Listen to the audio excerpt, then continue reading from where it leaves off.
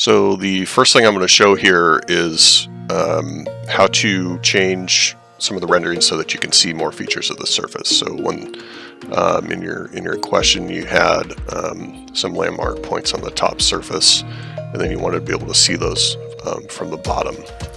And one thing you can do is you can go up here to View Specimen and then change the opacity of the surface. So we have 175, 50%, 25%, and that allows you to see through the surface.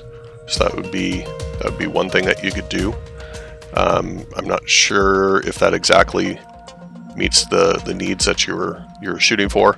Another thing you can do is you can use the slice views, the crosshairs over here, to actually align to your specimen in such a way that you can use the crosshairs itself as the alignment.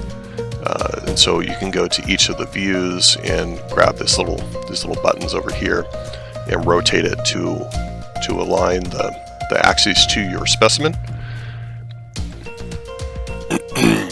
And you want to do it from all the different views.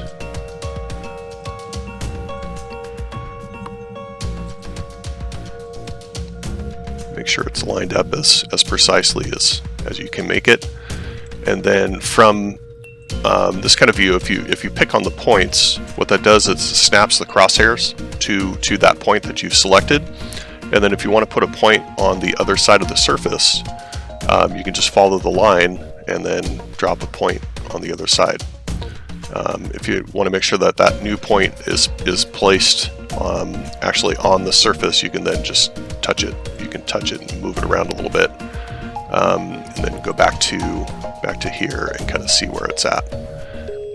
So this red line here is the actual surface in this case, and then you can move that point to it.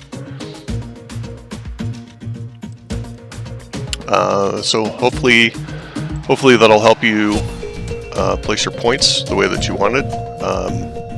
Please let us know.